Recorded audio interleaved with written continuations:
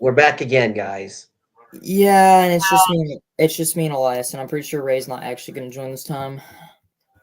Yeah, difference is Ray has an excuse because he's busy right now, but Bobby's just being lazy. Bob is actually being lazy because I've literally called him on Discord, and he decided, and he was literally on. Hang on, he literally sent an image inside the group chat. What time did he send it at? He sent it at 2:42, and it is 1:16 right now or at least for Central Time users. So yeah, Bob is quite literally being lazy right now. Okay, so guys, anyway, for the people in the stream, while James is trying to get Bob here, I'm gonna go ahead and I'm gonna talk about some of the NBA playoffs that are going on right now. So let's begin.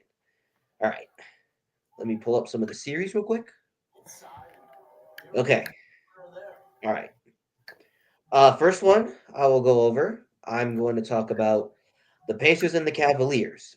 The Pacers currently lead the Wait, hold up. Shouldn't I talk about the Game 7s first? Yeah. You talked about Game 7s. We forgot about that's one thing, guys. I skipped over the Game 7s. Okay. So, last podcast we were talking about two Game 7s in the NBA. The first one was the Warriors and the Rockets. The Warriors ended up winning this Game 7 to move on to the next round. They were able to avoid blowing a 3-1 series lead, and they were able to move on as a 7th seed. So, nice job to the Warriors. Nice job to Curry. Nice job to Jimmy Butler for moving on. Next Game 7, it was the Nuggets and the Clippers, or in James's book, it's Nuggets versus Chargers. Shut the heck up. Okay, anyways, the Nuggets ended up winning this game. They moved on to face the Thunder in the second round. So yeah, those were the two Game 7s. The Nuggets won and the Warriors won. So there's that. Now we can talk about the second round. All right. I'm going to save the best for last, though. Let's go ahead and start off, and James is muted. All right, let's go ahead and cook real quick. Let's cook up this NBA playoff talk right here. All right, guys. So, the first series I will talk about for the second round is the Pacers and the Cavaliers. The Pacers currently lead the series 2-1. Chokers. Now, the Pacers started off great in this series. They took Game 1 by a final score of 121 to 112. And then Game 2 was a big stun. I think the Pacers were down by I don't know how much. They were down by 20. They were down by 20. Yeah, they were down by 20 something. I think it was also 7 with I don't know how much time left. But then the Pacers all rolled back to take Game 2, 120 to 119. So the Pacers had a 2-0 series lead, winning both games in Cleveland.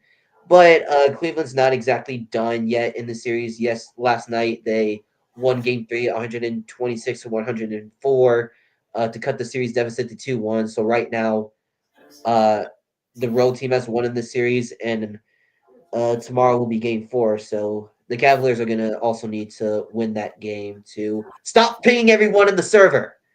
Nuh-uh. Anyways, so tomorrow is Game 4 between the Cavs and the Pacers, and that's another must-win for the Cavs. They already took care of business in Game 3 to cut the series deficit to 2-1, but again, you got to steal both games on the road to take back home advantage and to take back, try to get back in the series. Because if they don't, they'll be down 3-1.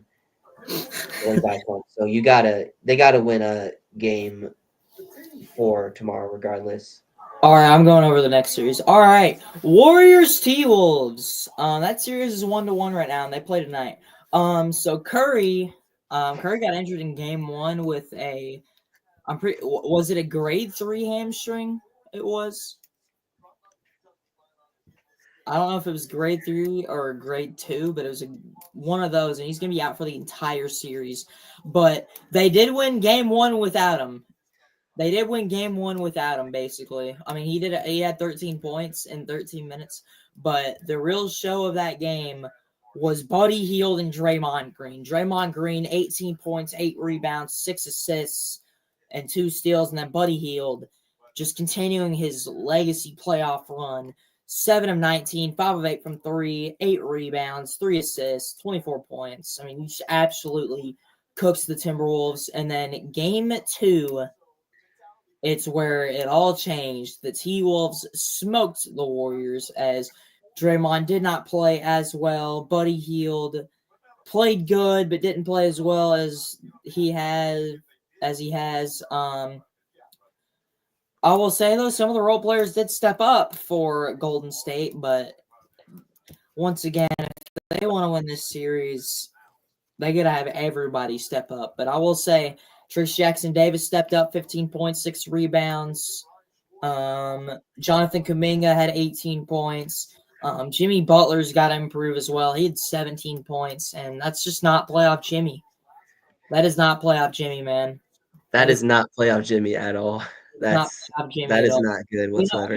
We know how good playoff Jimmy can be. Playoff Jimmy can average 40 in a series if he wants to. He can also blow a 3-0 series lead if he wants to. He didn't blow a 3-0 series lead. He won in 7. Well, he almost did, so it kind of counts. No. Anyways, since that series has been talked about, I'm gonna go ahead. I'm gonna do a little rant. All right. So, James, if you want to get a snack, if you want to sit back and relax and hear this rant, so be it. Okay. So, we're gonna go over the Knicks and the Celtics series. I'm a Celtics fan. And do you want to explain to me why the heck we blew 20-point leads in back-to-back games? You know, game 1, how do you miss 45 threes and set the record for that? Wow. It blew a 20-point lead in that game also. And you also lose that game in overtime, 108 to 105. And not to mention, last play, Tatum got the ball stolen from him on his last shot, which is how the Knicks win the game. Game 2, you're expecting the Celtics to bounce back, right? You're like, oh, there's no way the Celtics lose two games straight at home because they're the defending champs. They should be able to beat the Knicks no problem. Maybe game 1 was just like a bad game for the Celtics. Boy, are you guys wrong. Again, 20-point lead. We're up by 20 points again. And guess what? We blew it again. Yeah, back-to-back blown leads at home. At the TD Garden. And we lost by 1 point in game 2. 91 to 90. And you want to know how that game ended? The same guy on the Knicks stole the ball from Jason Tatum on his last shot. So now, today is game 3. And since Boston lost the first 2 games at home, we are now in game 3 in New York against the Knicks. You want to know what Tatum said? He says, I need to be better in game 2 because right now this guy has shot 28.6% from the floor and 25% from 3. It's just not good. But it is completely unacceptable seeing how the Celtics played in those first 2 games. Blowing a 20-point lead in back-to-back games. at home at TD Garden. Now you got Game 3 in New York. This is a must-win for the Celtics regardless. And yeah, I swear we cannot do that same exact BS that we did in the first two games. It's like don't shoot too many threes. Just you gotta just drive to the net and just take the 2 points if you need to. Like no reason to shoot from three. Just be normal. Play like a normal team and just get it done. Yeah. All right. Off, off Yeesh. top. Off Yeesh. topic. Kentucky just scored like 3 runs, and now they're up 8-3. All We'll right. we'll talk about college baseball in a little bit because I don't want to go Okay, over. but yeah, that was basically it for the Celtics and Knicks series. All right, we have one more Um, series we got to talk about. yeah, hold up. Oh, So okay. yeah, that was it for the Celtics and Knicks series. They do play today. Celtics must win, regardless. And James, now you may go ahead and talk about the. You may now go ahead and talk about the Thunder and the Nuggets. Yeah, man, that is true. That is very, very, very true right there. Very true. Very, very, very true. Okay. Now for the last series, and this series has been really crazy because if you didn't see, Russell Westbrook was coaching the Nuggets last night. If you never saw that clip, but yeah, the Nuggets are up 2-1. In game 1, the Nuggets won. They won by 2, 121 to 119, and what was a thriller, honestly. And Jokic had one of the most insane playoff games I've seen so far. Outside of Giannis having a 30-point triple-double against the Pacers, he had 42 points, 22 rebounds, 6 assists, 2 blocks. Absolutely cooked. I know he had 7 turnovers, but he's their best player. He's going to have a lot of turnovers at times. And then Russell Westbrook off the bench, 18 points, 2 assists, 2 rebounds. He played well. And then you have Aaron Gordon, who is going crazy this series. Nobody's talking about it. I mean, people are going to talk about it after last night, but no one's been like eyeing that. And then Jamal Murray, obviously, going crazy too. 21 points, 6 rebounds, and 6 assists. And then, hang on, let's talk about Christian Braun. 13 rebounds for a 6'6" guard. You can tell that man wants to win this series as much as anybody else on the Nuggets. And then obviously, we take a look at the Thunder. Alex Caruso helps the Thunder keep it close in game 1. Shea almost had a 33-point triple-double. And everybody else pretty much cooked, but it wasn't enough for the Thunder. And then game 2, all heads turned loose. Thunder dropped 149 points in game 2, and they go on to win by 43, and they were up by as much as 49. Shea Gilgeous-Alexander had 34 points and 8 assists and 4 rebounds. And then we see everybody else just drop 10. Isaiah Joe dropped 14. Lou Dort dropped 12. Isaiah Hartenstein dropped 14. Jalen Williams dropped 17. Chet dropped 15. All these different guys just dropping 10 points. The Thunder almost had 9 guys in double figures. Casey Wallace was 2 points away from getting 10. Thunder just absolutely cooked that game. And then game 3, the Nuggets just take over in overtime. They held the Thunder to 2 points in 5 minutes. Really insane. Jalen Williams had a breakout game that game. As Shea did not play as up as how he should be. He had 18 points. I will say, though, he did almost have another triple-double. He had 13 rebounds and 7 assists. But we take a look at the Nuggets. 4 guys scored 20 points. Jamal Murray, 27, 4, and 8. Jokic, 20, 16, and 6. MPJ 21-8-1, Aaron Gordon 22-8-5, as well as the shot to tie it and send it into overtime. Just what a game! What a game by Denver.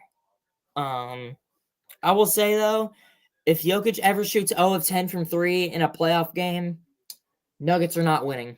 I'm just gonna say that, but yeah, this series has been very weird. Sunday, the game is at 2:30 on ABC. We're gonna see how that game goes. I can't wait to see how the series ends. I think it's gonna be a really good series. I think the series is gonna go 7. All right, what do we want to move on to? Do you want me to cook on NHL and like maybe just do some and then maybe I could like talk about some of the NFL if I can do that? Yeah, we can talk about NHL. All right. Okay, guys. All right, time for the Elias NHL talk. Okay. Okay, so last time when we were here talking about the NHL, there was two game sevens going on. We had the Stars and the Avalanche, and we had the Jets and the Blues. Let's go ahead and let's go ahead and talk about Stars and Avalanche first. Okay. So, game 7 uh in Dallas between the Stars and the Avs. Colorado got off to a good start in game 7. They scored first in the second period, and then they brought a 2-0 lead into the third period. And it seemed like the Avalanche were going to move on. Like they looked like they were getting comfortable. They were about to move on to the second round. But I just have two words for you. Mikko Rantanen. Mikko Rantanen was able to get one on the board for the Stars, and then he immediately Itchy, you missed my Celtics rant. I haven't done the Knights rant yet, but I'm gonna get there eventually. So if you want to see it, just go back in the stream. But anyways, so Mikko Rantanen got on the board for the Stars. It was 2-1 now. Rantanen immediately gets his second goal of the game. So now the game is tied at 2. And then Wyatt Johnston gives the Stars the 3-2 lead with like 3 minutes left. And then Mikko Rantanen again scores in the empty net. He's got a hat trick, and the Stars win the game 4-2. So it was a big collapse by the Colorado Avalanche. They blew a 2-0 lead in the third period in game 7. And not to mention, Mikko Rantanen used to be an Avs player. So basically, they lost game 7 by letting one of their former NHL players get a hat trick in game 7. But Mikko Rantanen was like one of the main reasons why the Dallas Stars were able to come back and win that game thanks to his hat trick. But I mean, I'll also give Wyatt Johnson the credit for the game-winning goal, technically. Okay, so that's how that game was. Stars advanced to the second round after winning 4-2 over the Avs. Now we're going to talk about the Jets and the Blues. All right, this game is going to be a big one to talk about. So, St. Louis Blues, 8th seed, going up against the Jets, number 1 seed. The Blues were able to force a game 7 after being down like 2-0, I think it was. But yeah. Okay, so first period, the Blues, they get off to a big start early in game 7. They're up 2-0 in the first period. They scored like really early also. So the Blues, they look like they're off to a great start over the President Trophy winners by leading 2-0. Second period, then it's a 3-1 game for the Blues. The Blues are up 3-1 after the second period. Again, they look confident. They're about to move on to the second round. And then we go into the third period. And this is where the chaos happens. So the Blues are able to like hold their lead for quite a while. Like they held that 3-1 lead into the second. They're bringing it into the third, and it looks like they're protecting it nicely. And then the Jets, they end up having to pull their goalie with about 2 minutes left. And this is where the collapse happens. Nemestikov scores with like a minute 55 seconds left. It is now a 1-goal game. The game is not over. And then all the Blues have to do is just defend for a few more seconds. And then Cole Perfetti. Cole Perfetti tied game 7 with like 1.6 seconds remaining in regulation. The Blues were 1 second away from advancing until the Jets tied it. So then the Blues blew that 2-goal lead, and then we go into overtime for a game 7. First overtime, nobody scored, so we'll just skip that. And then Adam Lowry in double overtime scores the game winner for the Jets. The Jets pull off a huge comeback in game 7 as the President's Trophy winners as they move on to the second round.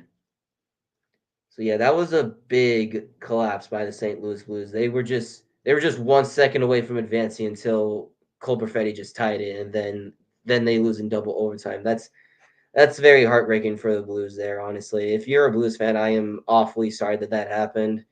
Like, I can't imagine, like being super close to advancing and then you blow and then you just give up 2 late goals and then lose in overtime like that. That's definitely heartbreaking. But the Jets were able to pull off that huge comeback. They win in game 7 to advance to the second round.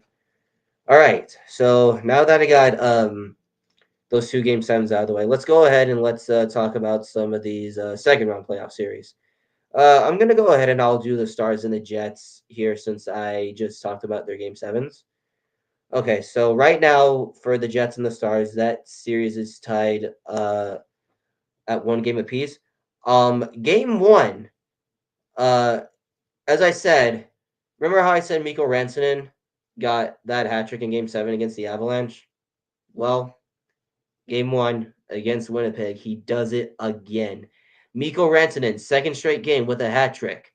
He scored 3 goals in that second period. And because of that, the Stars were able to win game 1, 3-2, as they were able to steal that game on the road in Winnipeg. But then game 2, the Jets, this happened last night. Game 2, the Jets got a huge response. They defeat the Stars 4-0 in game 2. So that series is now tied. And tomorrow will be game 3, and that game will be in Dallas because the first 2 games were at Winnipeg. But I will say this, though. Even though the Stars didn't win last night, they got shut out. Mikko Rantanen has been an important key player for the Stars during these playoffs. He got that hat trick in game 7. He got the hat trick in game 1 against Winnipeg. So yeah, I think if the Stars and Mikko Rantanen can just continue to like build up on that offense, then I think they might be able to make a run here at the Cup, because of mainly just because of how well Mikko Rantanen has been playing. Okay, so that's the Jets and the Stars series. Next series, I'll talk about the Leaves and the Panthers. Okay, so right now that series, the Leaves are currently up 2 games to 1 right now.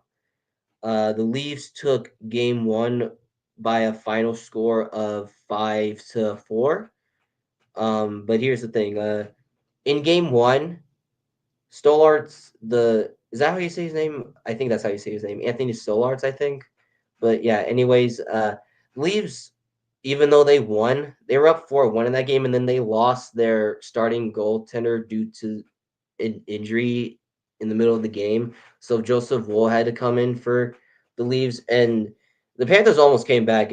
They all of a sudden made it a 1-goal game, but the Leaves were able to hang on. They took game 1 by a final score of 5-4.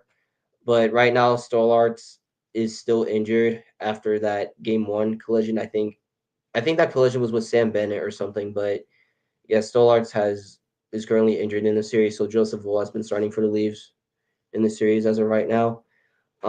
Game 2, the Leafs win again in Toronto. They win the game 4-3, and the Leafs now take a 2-0 series lead. And game 3 was yesterday. The series now shifts to Florida. And this is how game 3 happened. So, I sound unwell. I don't know what that means, but I'll just go ahead and continue anyway. All right. So, game 3 in Florida. The Leaves, at one point, they had a 3-1 series lead in the second period. And then unfortunately, this happened to the Leafs. Sam Reinhart, goal for the Panthers. Then Carter Verhaeghe for the Panthers. Panthers immediately tie it, and then late in the second, the Panthers get another one. They make it 4-3. So the Panthers now have the lead after being down 3-1. The Leafs do end up tying it in the third period at 4 with the goal from Morgan Riley. So the game is tied 4-4. So then we go into overtime, and Brad Marchand, aka Banana's favorite player ever, scores in overtime in Game 3 to bring to cut the series deficit to 2-1 for Florida. So yeah, the Panthers got a much needed win in Game 3. Like it went into overtime, and Brad Marchand got the game winning goal for the Panthers to win the game 5-4 in overtime. It was a big comeback by the Panthers as well, being down 3-1 in Game 3, but then like just not giving up there. So yeah, the series is now 2-1 for Toronto, and yeah, tomorrow it'll be Game 4 in that series. Either the Panthers can tie the series up, or the Leafs can go up 3-1 and push the Panthers to the brink. So yeah, that was Game 3 between the Panthers and the Leafs, or Game 3. My bad. Okay, so that covers that. Oh wait, one more thing. I don't think I don't think Anthony Stolarz is. I don't know how long Anthony Stolarz is out for the Leafs, but I don't think he's gonna start tomorrow for the Leafs either. Like after his collision in Game 1, Joseph Voss started games 2 and 3, and I think he's gonna be starting Game 4 also. So like I don't know how long Anthony Stolarz is out for, but yeah, right now I don't think he's gonna play in Game 4. I think will still remain in the net. Okay, anyways, I can move on. Uh oh, he's out one more game. Okay. Well, so it seems like Joseph will start Game 4, and then maybe Solas will come back for Game 5. But anyways, let's go ahead and let's talk about the Capitals and the Hurricanes. Right now I think this series has been like more of a defensive series than offense, and let me explain why. Okay, so Game 1, the Hurricanes were able to win this game 2-1 in overtime. The Capitals got a goal from Pro. How do you say that not last name? Pro says I don't know, but the Capitals they got a goal in the second period, up 1-0. Carolina was able to tie it in the third period at 1, and then we go into overtime, and then the Hurricanes scored the game-winning goal in overtime to uh, take game 1 2-1. And then we go into Game 2. The Capitals do get that bounce back win. They win Game 2 by a final score of 3-1. And there hasn't been a lot of scoring in this series, because like 2-1 in overtime, and then just like Game 2, it's the score is only 3-1.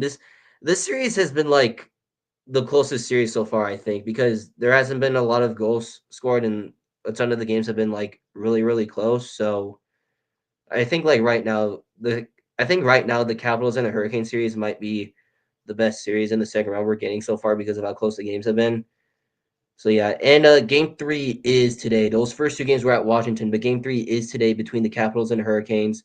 Game 3 will be in Raleigh, and one team will be able to go up 2-1, and that's it for Canes and the Cap series. All right, guys, this is the one series you guys were waiting for me to talk about,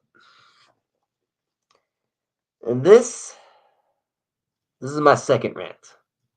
I just did a rant on the Knicks in the Celtics series, but I'm going to do another one. This here is between Edmonton and Vegas. The Golden Knights in Game 1. They got off to a fast start. Mark Stone scored 2 goals early in the first period, and then eventually the Oilers made it 2-1 with the goal from Corey Perry. Second period, nothing happened. And then we go into the third period. Draisaitl immediately tied that game in the third period. like just 57 seconds into that period. And the game's, you know, getting close for a certain amount of time. But that was until Zach Hyman scored the game-winning goal with like 3 minutes left. So Edmonton's up 3-2 now. And then Carter Brown added another one to make it 4-2. This wasn't even an empty net goal. The goal to make it 4-2 wasn't even an empty net goal. All three of these goals were because of Aiden Hill in the net. None of these were empty net goals. Like, literally, the defense just chose to collapse in the first game after when we were up 2-0 in that game. The defense just said, oh, let's go ahead and turn the puck over. Let's let Edmonton score 3 freaking goals in the third period and let's collapse this game. And that's what we did. We lose game 1, 4-2, after blowing that lead and with the defense collapsing. And then we go into game 2. And I'm expecting Vegas to get a response. And this is how this game goes. So the first period in game 2, Victor Olofsson scores his first career playoff goal, by the way. Victor Olofsson, when he scored in game 2 in the first period to put Vegas up 1-0 in game 2. That was his first career Stanley Cup playoff goal. So yeah, and then the first period ended with Vegas up 1-0. And then we go into the second period. Edmonton scored 3 unanswered goals in this period. First one coming from Wallman. Game is tied 1-1. Then Podkolzin gave Edmonton a 2-1 lead. And then Dylan Nurse added another one in the second to make it 3-1 for Edmonton. And all these goals were scored in like a span of 6 minutes.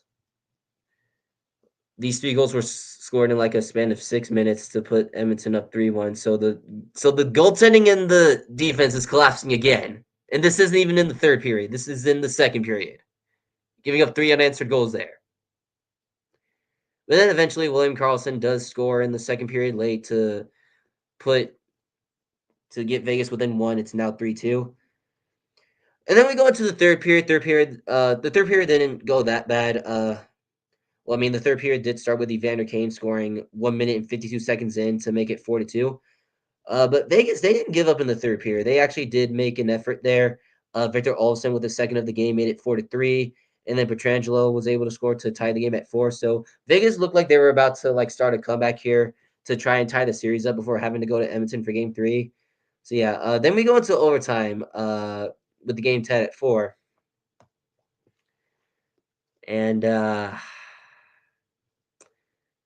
let's just say we lost.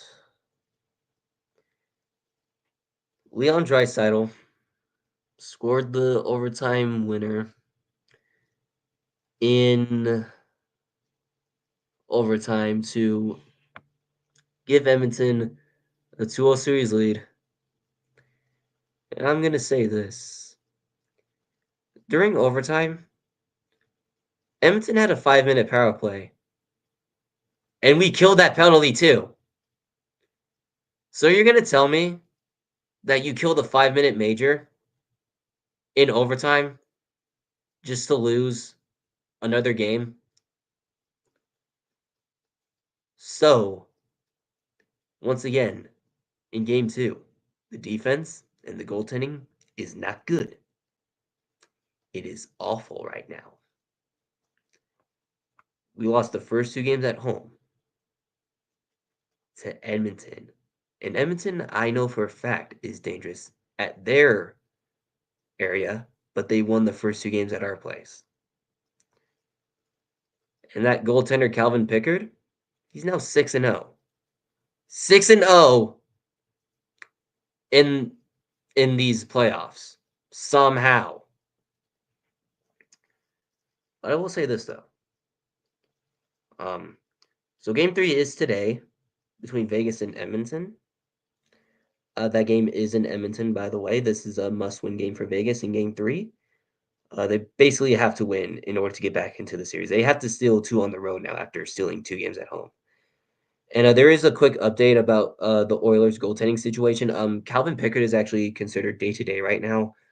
Stuart Skinner will be in the net for Edmonton today, so Edmonton swapping goalies there for Game 3 at home.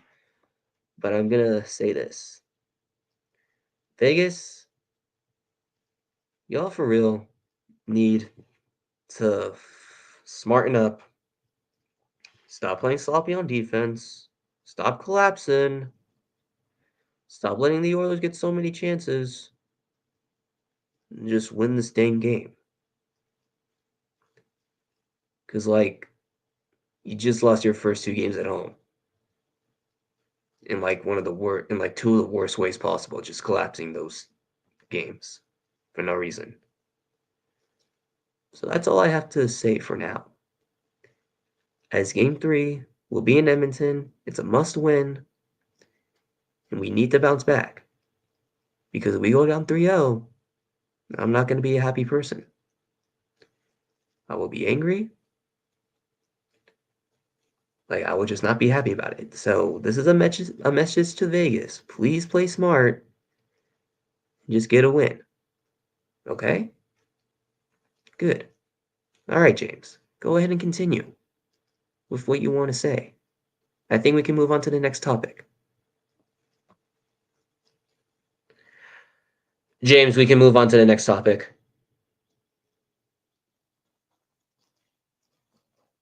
Oh, is he not here?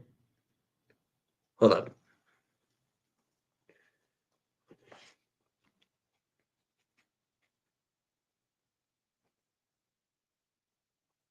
James.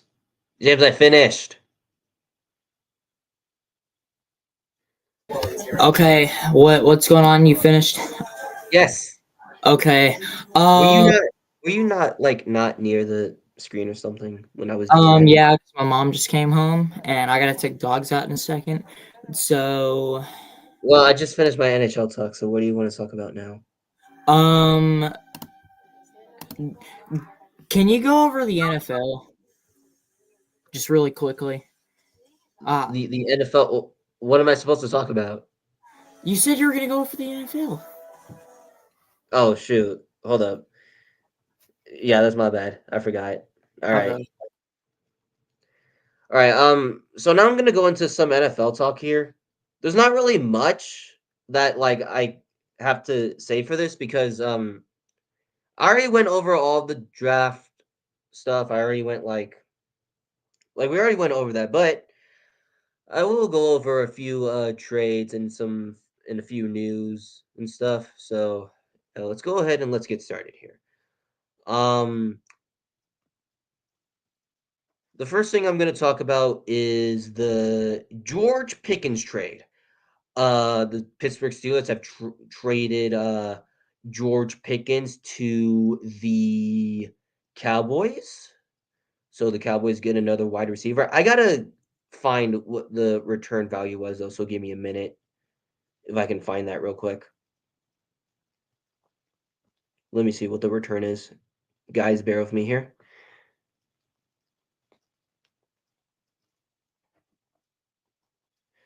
But yeah, that was what the trade was. It was Pickens to the Cowboys. Let me find what the return was because I forgot. I'm looking for it right now.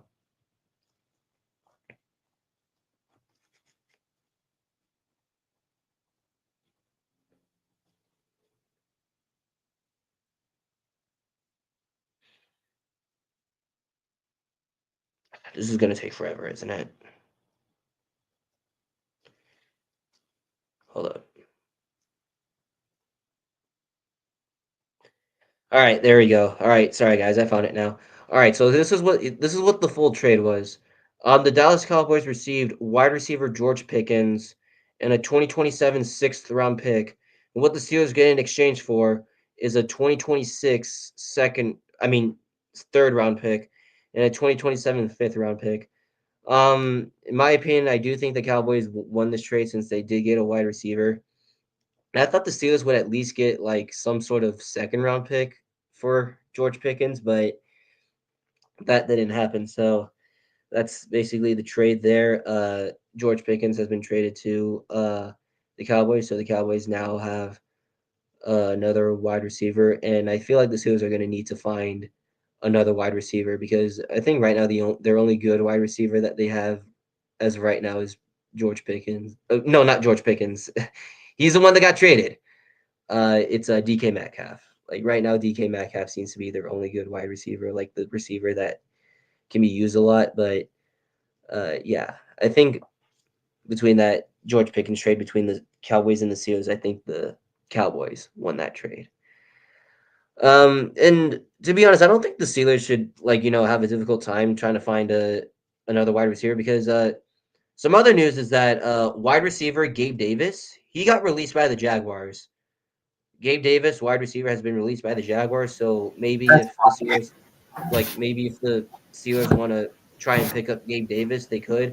But I did also hear that I also did hear this rumor that the Steelers could try to go after Alan Lazard, who's on the Jets right now. So I don't know. I mean, right now the Steelers just need to find another wide receiver to get after trading Pickens, and I feel like they could either get that Lazard, that's that one rumor, and or they yeah, can just sign Gabe Davis. yeah. I'm still You know what I heard? what? I heard the Titans are going to win the Super Bowl this year. Okay, that's cap. But anyways, I'm gonna go ahead and talk about some of the contracts that are also signed that have also been signed. Yeah, Um, one thing I heard that the Eagles were working on an extension with tight end Dallas Goedert, but I don't think that contract has been confirmed yet. But I just heard that they were working on a contract for him, and yeah, so I mean, he's probably going to get paid a lot if they're working on it. So, um, another contract that I'll talk about, this is my player. This is one of this is something my team did. We gave Ashton Jane T his rookie contract, and here's what the contract was. His rookie contract was a 4-year, $35 million rookie deal that includes a $22 million signing bonus. So that is a lot of money. that is a lot of money. But here's the thing, I just hope, Ashton Genty is definitely good enough for this team to where he actually proves that he earns that money there. So yeah, I do like the contract, but I hope that when the season starts, he can actually prove that he's earned it and that he deserves it. It's like the same thing with the Texans. I'll talk about the Texans here. The Texans and rookie wide receiver Jaden Higgins, they also agreed on a contract. That was a 4-year, $11.7 million contract. So yeah, once again, same thing. Like you just gotta hope that those players are gonna be great enough to prove that they've earned those contracts. So Yeah. yeah, Ashton Genty with that contract and Jaden Higgins with that contract. Okay. Um. Oh yeah. Wait. Hold up. Wait. There was one more. There was one more. Yeah. Uh. Yeah. There was actually there's a couple more things, James. I'm sorry. Nah, you're good. You're good. Actually, I don't even know how many more things. Please just bear with me, okay? All Nah, you're right. good. Huh? You're good. You're All straight. right. All right. Wide receiver Emeka Abuka, 4-year, $18.1 million deal by the Bucks. Um. Now, Ohio Emeka Abuka, I do like Emeka Abuka. He was an Ohio State player. He was part of that. He was part of that national championship winning team. Thank you Notre Dame for letting us win that. But yeah, Emeka Abuka, I think he can do just solid for the Bucks because I mean he didn't do that bad with Ohio State. He did pretty good. So I think Emeka Abuka with his 4-year rookie deal with the Bucks, I think maybe he can do solid enough, but we'll definitely see how things can go from there with Yeah. that. So that's another rookie signing by another team. So Emeka Ibuka, Jaden Higgins, Ashton Jetty, all with those rookie contracts. Um, and okay, so as some of you guys know, NFL schedules don't come out until May 14th. But there is one game that's already been confirmed that's going to happen. The Miami Dolphins are going to host the Washington Commanders on November 16th, Week 11 in Madrid, Spain. So that's the only game that's been confirmed right now. But the rest of the games will definitely be confirmed on somewhere around May 14th. But that's just the one game uh, that's been confirmed. Yeah. And this is the last thing I'm going to talk about for the NFL. This is something that happened today. Derek Carr has retired from football after a shoulder injury that would knock him out for the 2025 season. Derek Carr, I think he's played in the league for about I think it was like 11 or 13 years. I can't remember, but kind of sucks seeing him retire because of an injury. I mean, as a Raiders fan, I remember having Derek Carr on this team. He wasn't terrible. He was definitely a nice guy to have on the team. He felt like a team leader as well. So like just seeing him have to retire because of a shoulder injury definitely didn't feel great. And I don't know how Saints fans feel about it, having to like lose a QB due to retirement because they want to focus on their health and not get injured like with that shoulder injury there. So I think maybe this what the Saints are probably going to do is like. Do you think the Saints will maybe go with like Spencer Rattler for their season? Honestly, I could see it. Okay, so They could give Spencer Rattler a chance and then maybe sign a quarterback mid-season if something doesn't work out. something like that. But yeah, Derek Carr, he has officially retired Rattler, from football. Personally, I think. me, it really sucked seeing him retire like that. Like he Oh, was just like he I was like a agree. pretty chill guy to have. Like he felt like a team leader when he was with the Raiders, and yeah, it just kind of sucks seeing him have to retire like that. But But hopefully, he lives a good life, and hopefully the Saints can like find a QB to use since yeah, I hope I they think can. I think they can use Rattler though. I think they'll go with Rattler, but I yeah, think that if basically some. Do you think what you think they'll go with Rattler? I think they will go with Rattler, but Rattler will have to prove himself. But here's what I'll say about Rattler. Um, First of all, I think we can all agree that the Saints' offensive line is not that good, and I think that with what Spencer Rattler did do and what he was able to accomplish in some of the games that he did play, was kind of impressive. Even though he did have a 4 to 5 TD INT ratio, um, I think Spencer Rattler does have a lot of potential. If the Saints can pick up a couple more weapons, I think the Saints can be pretty good. But I don't think they were. I don't even think they're close to a playoff team. But if they, but I do think Spencer Rattler will get the nod, and if he doesn't work out, then they're gonna have to go with someone else. Yeah, but at the same time, it just sucks seeing Derek Carr have to retire like that, you know. But I do think the Saints could start Spencer Rattler. So, long story short, Derek Carr has retired from football, and yeah, that's basically what happened today. Was Derek Carr retiring? Yeah. Oh yeah. Um. All right. Do you wanna? So wait, what did we go over? We went. Oh, We you know what? went I'm gonna add one more thing for NFL. Chargers backup QB, uh, DJ James. How do you say his last name? DJ what? Oh gosh, I'm scared. It's that Florida State QB. DJ Ugo. Yeah, this dude is wearing That's jersey not number how you say 13. it. That's not how you say it. By the way, I don't know how to say his name. I'm just gonna say this now. He is wearing number 13 for the Chargers, but he's the backup QB. Yeah. But Yeah. yeah, what Yeah. do we want to talk about now? DJ Ugo. I don't know how to pronounce that, Yeah, bro. I don't know.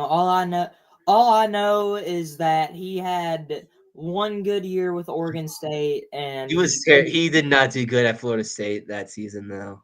no, I said Oregon State, not Florida State. He had No, one good. I know you did. I'm just pointing out like the recent season. Oh, okay, yeah, yeah. He had one good year at Oregon State, and he had a solid year at Clemson, and then yeah, just complete dog crap out of DJ for his career, as he somehow Wait, did he get injured in the ACC title game?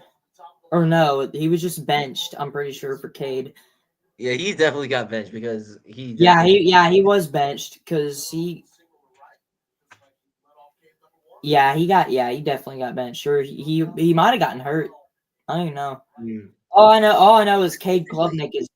Oh, listen, I'll go ahead and say it. I think Cade Klubnik is going to be a really good quarterback in the NFL. Okay, well, I mean that basically sums up the NFL. What did you want to talk about now? You said you wanted to talk about college baseball. I think you can do that. Eh, there's not really a lot to go over in college baseball. Not right Just now. do your best. Do your best. Do your best, like how I did. All I know is Kentucky's beating Oklahoma, so that's good. Anyways, Hold on, let's see. We let's talk talked about about. college. Hang on, let's talk about college football. Let's take a look at some team schedules to at All least right. All right, up yeah, this up you can this. go ahead and do that. I mean, I haven't been like updated about like what's been going on in college football, but if you want to go ahead and do that, you can. Yeah. Let me go find a list for strength of schedule. Ohio 20. State versus Texas should be a good game, though. A good opening game for Ohio Oh State. yeah, for sure. But who 2020. their starting QB, I don't know. All right, listen. 2025 college football strength of schedule. This is posted by On3. This was posted back in March. Um, we'll start off with the number one schedule, Oklahoma. Oklahoma next year has one of the toughest schedules in the country. Week 1, they got to play Illinois State. That'll be their FCS opponent. And then they got to play Michigan at home. That'll be a really good game. Oklahoma versus Michigan is gonna be pretty good.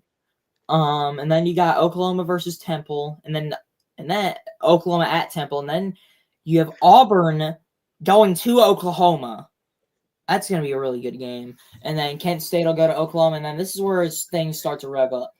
Oklahoma has Texas and South Carolina on the road. And then they have Ole Miss at home, Tennessee on the road, Alabama on the road, Missouri at home, and LSU at home. That is insane. That schedule is crazy. Like I thought Kentucky's was bad. Oklahoma has it worse. Then we'll go to Florida. Florida had arguably the toughest schedule last year. First they play Long Island, and then they play South Florida. Those are two good opening games. Then they have LSU and Miami on the road. Those are both going to be two really good games. LSU is going to be very underrated next year, by the way. Texas at home, Texas A&M on the road, Mississippi State at home. That'll be an easy one. Georgia at home. Or no, not at home. Where is Georgia and Florida located this year? Because I heard they're working on the Jacksonville Stadium thing. Elias, do you know where the Georgia Florida game is supposed to be played this year? Oh, hold on. Let me check. Is this like a neutral site game or something? It's always been a neutral site game, but this year it's not going to be at Jacksonville. Hold up. Let's Google this. Which they should have done, they should have made it a freaking home and home for the next 2 years while they're working on Jacksonville Stadium. Hold up. Let me see where this is being played. By the looks of it, it's Everbank Stadium, which I'm pretty. Hold up. Says okay. Wait. So, I thought it said like in 2025 it'll be like at Everbank. Where is that located? I think that's in Jacksonville, Florida. I think. Here's the thing. I just typed in where is the Jordan, Florida. I thought Everbank Stadium was getting worked. Okay, whatever. They're playing. Okay, I don't even know. I don't even know. AI gave me an answer when I typed that. I don't freaking know, but yeah, okay, so they're playing at Everbank Stadium, and then after that, Florida has to go to Kentucky, and then they have to go to Ole Miss, and then they finish out at home versus Tennessee and Florida State. Yeah, Okay, Florida. Honestly, I think Florida's schedule is going to be really rough this year. That's going to But be. hey, just a reminder though, Tennessee hasn't won in Florida in I don't know how many years, so maybe Florida can actually beat Tennessee at home. Oh yeah, it's been a while. All right, we got Arkansas at 3. Let's take a look at them really quickly. How many teams are you looking at? Arkansas will play Alabama A&M at home, Arkansas State at home. Then they go to Ole Miss. They go at Memphis. They play Notre Dame. Is that game neutral site or no? It's at Razorback Stadium. So Notre Dame at Razorback Stadium. Then they go to Knoxville. And then they play at home Notre versus. Dame losing to Arkansas would be funny. That would be funny. Then they play A&M at home, Auburn on the road, Mississippi State at home, LSU on the road, and then they have Texas on the road and Arkansas, or not Arkansas, they have Missouri at Arkansas. See that's also good. That's another just insane schedule. Then we go to number 4. We have the Wisconsin Badgers. Week 1, they play Miami of Ohio. Week 2, they play Middle Tennessee State. Then they play Alabama on the road. Then they have Maryland at home, Michigan on the road, Iowa at home, Ohio State at home, Oregon on the road, Washington at home, Indiana on the road, Illinois at home, Minnesota on the road. Honestly, the schedule's okay.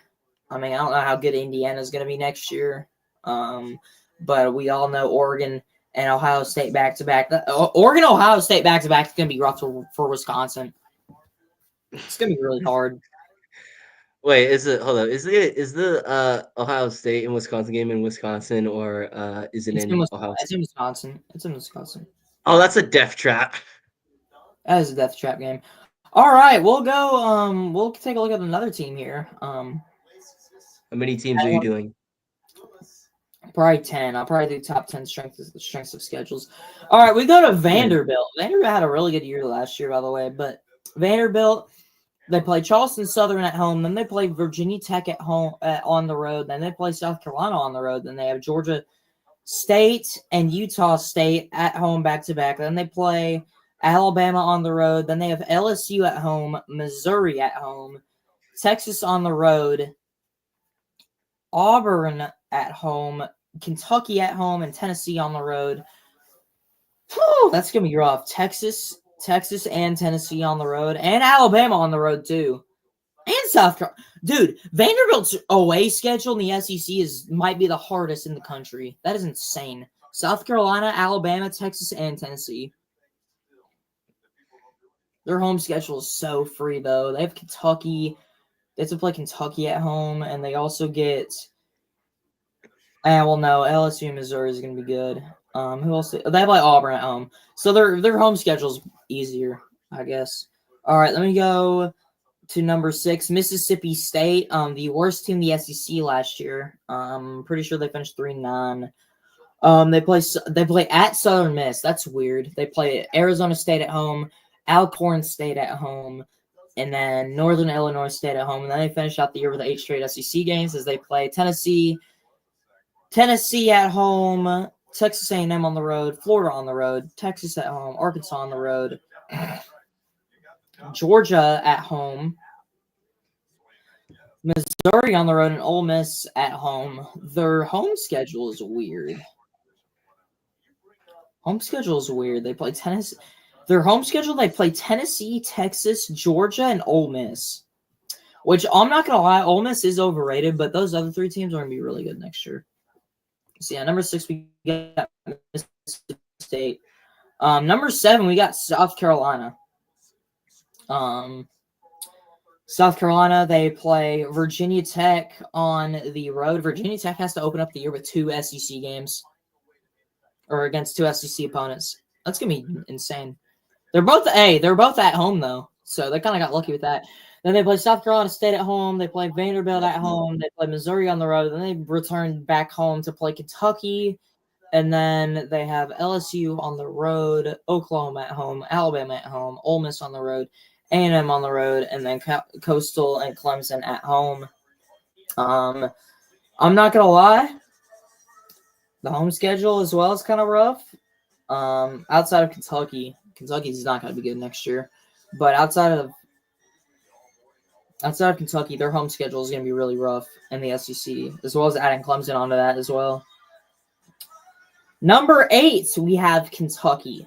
Finally, talk about my own team. Um. All Time right. for So the game. yeah, week one they play Toledo at home. Then they have Ole We'll Miss. win. The Ole Miss is the Kentucky Ole Miss is the first SEC game, by the way, and they Wait, play Michigan. wait, hold on, James. I don't mean to interrupt you, but if you want, you want to do like a little schedule prediction for your own team. Um, sure. All right. Like, do it while you're talking about it. So We'll go over the schedule. Well, we'll go over the schedule really quickly. But yeah, Toledo, Ole Miss, and Eastern Michigan all at home to start off the year. Then they have the bye. Then they have South Carolina on the road and Georgia on the road back to back. And then they have another bye week before they play Texas and Tennessee at home.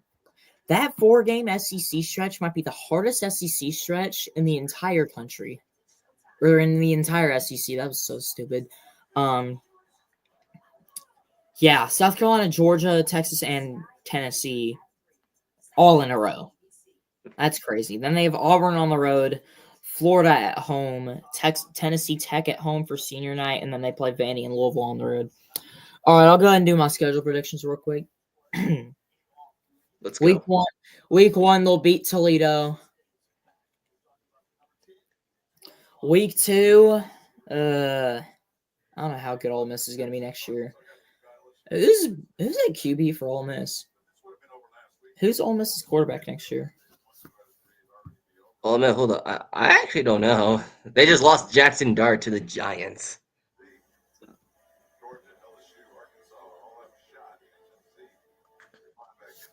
Um, Who is it? it'll be Austin Simmons. Okay, yeah, I'm not even gonna lie. It is a trap game for Ole Miss, so I guess I'll take Kentucky. What? What? I guess Uh, I'll take Kentucky to win what? that. Uh, okay. Then they'll start 3-0, and then they'll lose to South Carolina, they'll lose to Georgia, they'll lose to Texas, and they'll lose to Tennessee. So they're 3-4. And then they will upset Auburn on the road to be 4-4. Then they'll lose to Florida to be 4-5. Then they'll beat Tennessee Tech to be 5-5. And then they will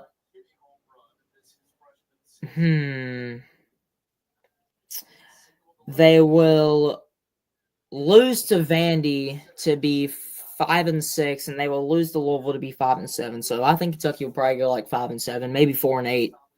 No bowl game for you. Yeah, I'm not gonna lie though, we could go 6-6, but we have to get so lucky because Lucky, so that would mean like we're three not different beating. teams have missed a game-winning field goal. Yeah, almost did miss a game-winning field goal against us. By the way, that's the only reason we won an SEC game last year. And Anyways, I would tell you guys to go back and find it, but guess what? James deleted all his streams and he still has not brought them back. I don't think I can bring them back. But yeah, number nine. Who's at number 9? I assume it's gonna be like LSU or something. It is LSU. Okay, predicted that on the dot. All right, LSU. I know Barry and Brown's going to LSU, so LSU should go like 12-0. But yeah, week What? one, they have to go to Death Valley. They have to go to Death Valley and play Clemson. Wow. Then they have Louisiana Tech. They have Louisiana Tech at home. They have Florida at home. Southern East Louisiana at home. Then they have Ole Miss on the road. South Carolina at home. Vandy on the road. A&M at home. Alabama on the road. LSU or not LSU. Arkansas at home, and then they'll have WKU at home before they play Oklahoma on the road.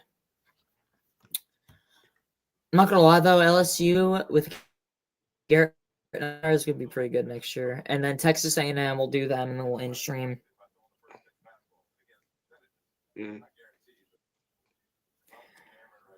UTSA at home, Utah State at home, Notre Dame on the road, Auburn at home, Mississippi State at home, Florida at home. Then they have 3 straight road games in Arkansas, LSU, Missouri. Then they have South Carolina and Sanford at home with Texas on the road, and that'll pretty much do it there. Those are the top 10 SOSs for next year's college football. But yeah, that'll do it for episode 3. This was Sad- a short episode. I get there was like not much to talk about, but maybe really, when really next week was. we'll probably have a bit more. All right. I think next week we'll definitely have a bit more. It's also because Ray and Bob aren't here, so Ray was actually busy, so he's off the hook. Bob is just being yeah. But I lazy. don't know what Bob was doing. Bob could have been busy, or he was just lazy. But yeah. Anyways, that'll do it here. I will see you guys later. We will see you Peace. guys next time.